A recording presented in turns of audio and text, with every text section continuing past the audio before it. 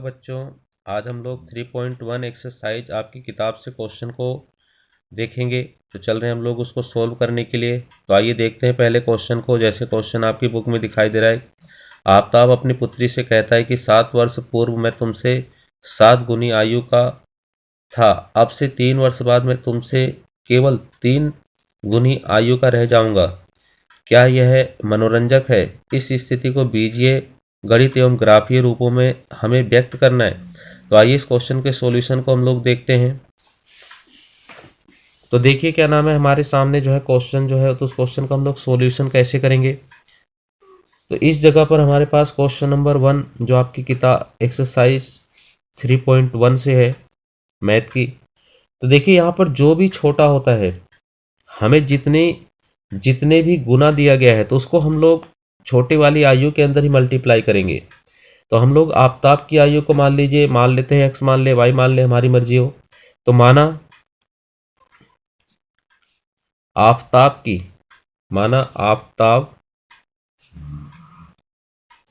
की वर्तमान आयु को हम लोग मानेंगे। वर्तमान आयु x वर्ष है। तो माना इसी प्रकार से आफ्ताब की पुत्री की आयु, पुत्री की वर्तमान आयु, आफ्ताब की पुत्री की वर्तमान आयु y वर्ष है। तो यहां पर देखिए क्या नाम है, पहली कंडीशन में हमसे क्या कह रहा है, 7 वर्ष पूर्व मैं तुमसे 7 गुनी आयु का था।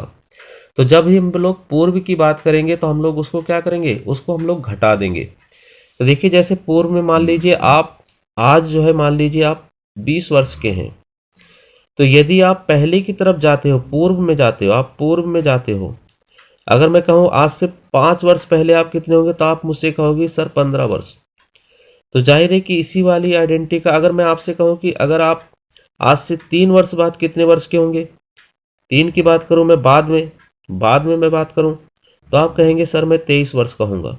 तो इसी चीज़ का हम लोग यूज करते हुए इस क्वेश्चन को करेंगे सोल्व।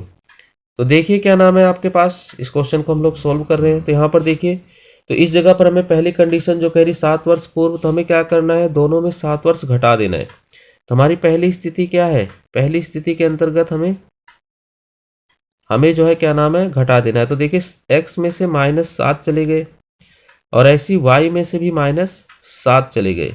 अब देखिए कितनी गुनी कह रहा है, तो 7 गुनी कह रहा है। तो 7 गुनी पुत्री है, तो पुत्री के अंदर ही हम लोग 7 से मल्टीप्लाई करेंगे और इससे एक इक्वेशन को फाइंड आउट कर लेंगे। तो x माइनस में 7y इक्वल टू 7y और माइनस में 49। तो y को इधर लाइए, xy को 7y और माइनस का 49 और ये उधर की तरफ जाकर के आपका प्लस का हो जाएगा।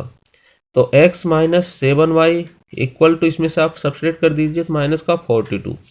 ये आपके पास पहली इक्वेशन बन गई है।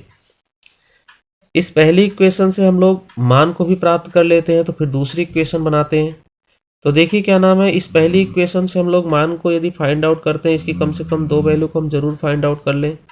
वैसे 2 से ज़्यादा जितना अच्छा करिए उतना ही अच्छा होता है। तो एक्स वाई, तो यहाँ पर देखिए क्या नाम है, आपके पास हम मान लीजिए x को हम 0 मानते हैं। x को हमने क्या मान लिया, x को हमने 0 मान लिया।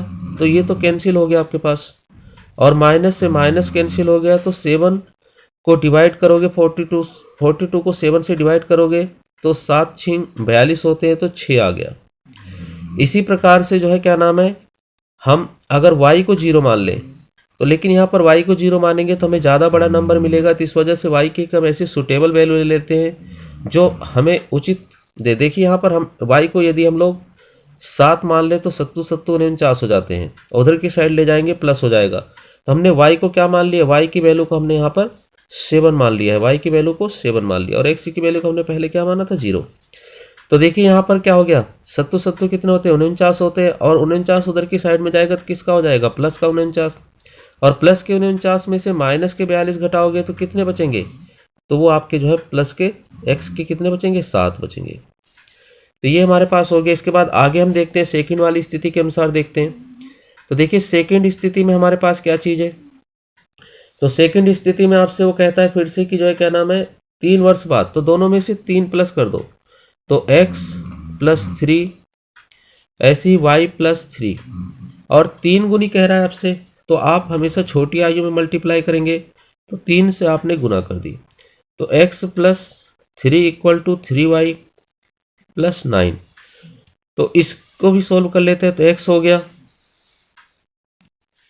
और माइनस का 3y इधर की साइड लाओगे तो आप माइनस हो जाता है 9 माइनस का 3, तो x - 3y = 6 हो गया। तो ये आपके पास सेकेंड इक्वेशन बन गई।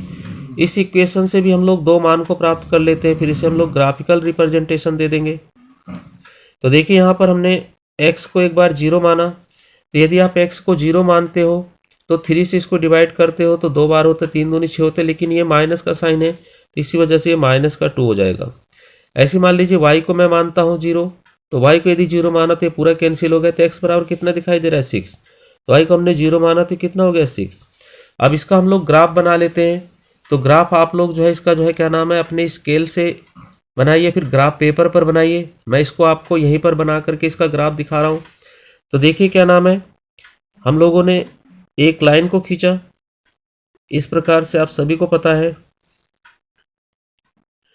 और एक और लाइन हम लोगों ने खींची, वो एक्स की लाइन हम लोग इसे खींच रहे हैं, और ये आपके पास y की लाइन थी। तो इधर आपको पता है कि x जो है आपका पॉजिटिव होता है, इधर की साइड में x आपका नेगेटिव होता है, इधर y आपका पॉजिटिव होता है, इधर y आपका नेगेटिव होता है। यहाँ पर आपके पास ये ओरिजिन है, अर्थात ये मूल बिंदु है। तो मूल बिंदु के जो कोऑर्डिनेट्स होते हैं, निर्देशांक होते हैं, वो 0 0 होते हैं। तो हमने यहाँ पर 1 2 3 4 5 6 7 8, एक नंबर हम ज़्यादा ले लेते हैं, 1 2 3 4 5 6 7 और एक ऊपर 8। ऐसे इधर भी नंबर लेते हैं, 1 2 3 4 5 6 7 और 8।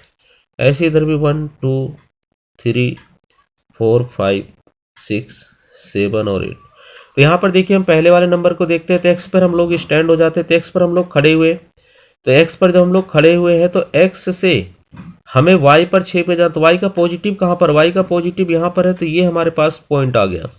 तो 0 और (6) पहले x की वैल्यू की लिखी जाएगी, फिर y की वैल्यू लिखी जाएगी। और इसी प्रकार से दूसरे पॉइंट को यदि हम देखते हैं तो हम कहाँ पर हैं, हम 7 पर हैं, तो y का 7 ये हमारे पास x का 7 है, और y का 7 भी इसी की सीध में होगा। तो y का 7 हम लोग देखते हैं, तो y का 7 आपके पास उसकी सीध में आप देखोगे तो आपके पास यहाँ पर पॉइंट इसका आएगा, यहाँ पर इसका पॉइंट आएगा। तो देखिए क्या होगा आपके पास, इसके कोऑर्डिनेट क्या हो गए 7, 7। अब इससे जाती हुई आप एक लाइन खींच दीजिए, एक लाइन को आप ड्रॉ कर दीजिए। तो इससे जाते हुए हम लोगों ने पॉइंट से एक लाइन को ड्रॉ कर दिया, इससे जाते ही हम लोग एक लाइन को ड्रॉ कर देंगे। तो इस पे हम लोगों ने अपनी इक्वेशन को लिख देना है। तो हमारी इक्वेशन पहली वाली क्या है, पहली इक्वेशन है x माइनस का 7y इक्वल टू माइनस का 42। इसी प्रकार से सेकेंड वाले को देखते हैं, हम लोग 0 पर स्टैंड कर रहे हैं, y का -2 कहाँ पर होगा, तो ये नीचे होगा, तो कहाँ पर होगा, ये नीचे होगा। तो हम इसको लिख लेते हैं 0 - 2, और उसके बाद देखिए आप x पर 6 पे खड़े हुए तो y का यहीं पर 0 होगा, तो ये 6 हो गया। तो इससे भी पास करते हुए हम लोग एक लाइन को खींच देते हैं। तो जाहिर है कि इसको आपने इस काम को फुट्टे की सहायता से करना है, स्केल की सहायता से करना है। तो इसको आपने किसकी सहायता से खींचना है, स्केल की सहायता से।